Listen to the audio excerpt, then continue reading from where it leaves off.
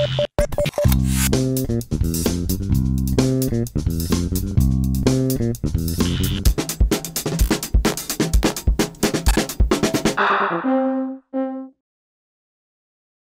pensez de cette initiative aujourd'hui de faire une marche avec des gestes de survie, enfin des gestes de premiers soins à réaliser? Ben, je trouve que c'est une très bonne initiative. Ça permet aux gens de les sensibiliser. Le problème, c'est que on a un peu les gens ont tendance à dire les gestes de secours ça m'intéresse pas parce que j'en ai pas besoin, on n'est pas impacté. Et malheureusement le jour où on est impacté dans sa famille ou dans ses proches, on se dit toujours tiens si j'avais su j'aurais dû. Le problème c'est quand j'aurais dû au moment où ça arrive, c'est peut-être trop tard le j'aurais dû. Ça reste toujours une bonne idée, les gens quand on discute avec eux ils veulent tous faire des gestes de secours, ils savent jamais trop comment aller, comment faire. Là c'est l'occasion de l'apprendre d'une façon assez ludique et d'y greffer quelque chose d'autre. Je pense que ça peut intéresser beaucoup de personnes. En France, on sait qu'on a beaucoup de difficultés à donner cette philosophie-là à la population, à toutes les personnes. Initiative peu banale. La première marche des gestes qui sauvent a été organisée à Cattenom. Sur les parcours de 6 ou 12 km étaient parsemés des ateliers d'initiation sur lesquels différents gestes de premier secours étaient enseignés aux marcheurs. Pour celles et ceux qui ont raté cette promenade dominicale initiatique, petite séance de rattrapage étape par étape. Quels sont les conseils lorsqu'on arrive sur un accident? Protéger la victime, protéger toutes les autres personnes qui gravitent autour de la zone à risque. Essayer d'analyser également un danger potentiel et imminent. Ça peut être une chute d'objets, la circulation qui peut-être très dangereuse. Et également le risque électrique. On va déjà vérifier la conscience en stimulant, en lui posant des questions. Donc est-ce que vous m'entendez? Est-ce que vous pouvez cligner des yeux, me serrer la main?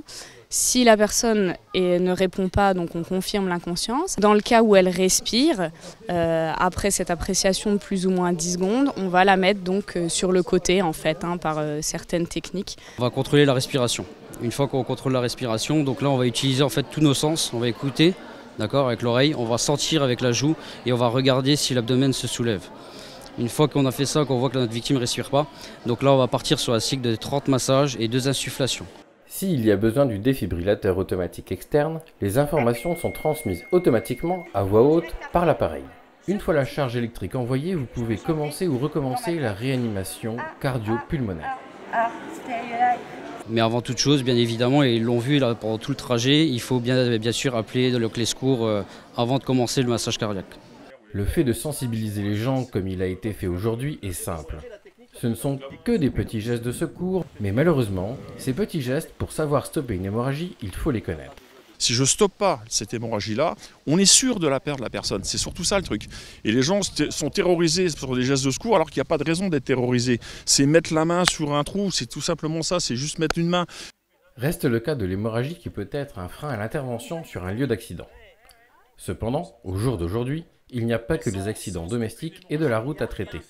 La probabilité d'être à proximité d'un lieu dangereux par nature ou exposé au risque terroriste est beaucoup plus grande aujourd'hui qu'il y a 20 ans. Malheureusement, avec les risques attentats qu'on a aujourd'hui, on s'est aperçu lors que des interventions comme le Bataclan, d'autres choses comme ça, ce qui va primer, c'est de sauver le maximum de personnes. On sait que les blessures de guerre sont terribles, il y a énormément d'hémorragie. Donc là, c'est garroter, c'est pouvoir faire un garrot et pouvoir passer d'une personne à l'autre et de stopper les hémorragies. C'est ce qui va nous permettre de sauver un maximum de personnes.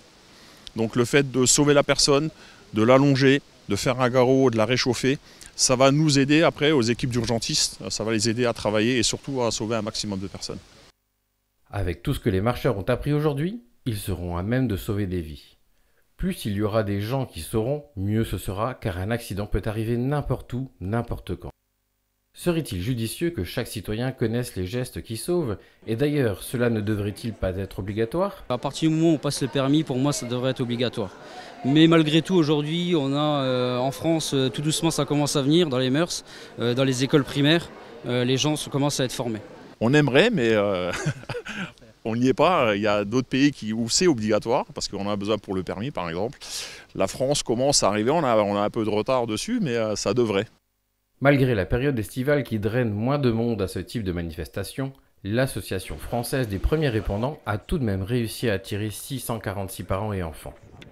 Un succès à mettre sur le compte d'une bonne communication, mais surtout grâce à la mobilisation du personnel formateur, issu pour la plupart des métiers de la santé et du secourisme. Et même nous, en tant que sauveteurs professionnels, quand on a la chance d'avoir un témoin devant nous qui fait ce geste de secours-là, on sait qu'on est dans ce qu'on appelle la chaîne de survie précoce et on a toutes les chances de récupérer la personne, on a toutes les chances de l'amener à réconfort, de l'amener à des soins hospitaliers et elle ressort de l'hôpital avec le minimum de séquelles. C'est ça qu'il faut voir. Et quand ça fonctionne, c'est pas grâce aux sapeurs-pompiers. Effectivement, on a fait un travail. Effectivement, le SMUR a fait son travail. Mais la personne qui a sauvé la victime, c'est le premier. C'est lui qui l'a sauvé. C'est lui qui a mis la main, c'est lui qui a fait le bouche à bouche, c'est lui qui a fait le premier massage cardiaque. Et c'est vraiment ça qu'on a besoin.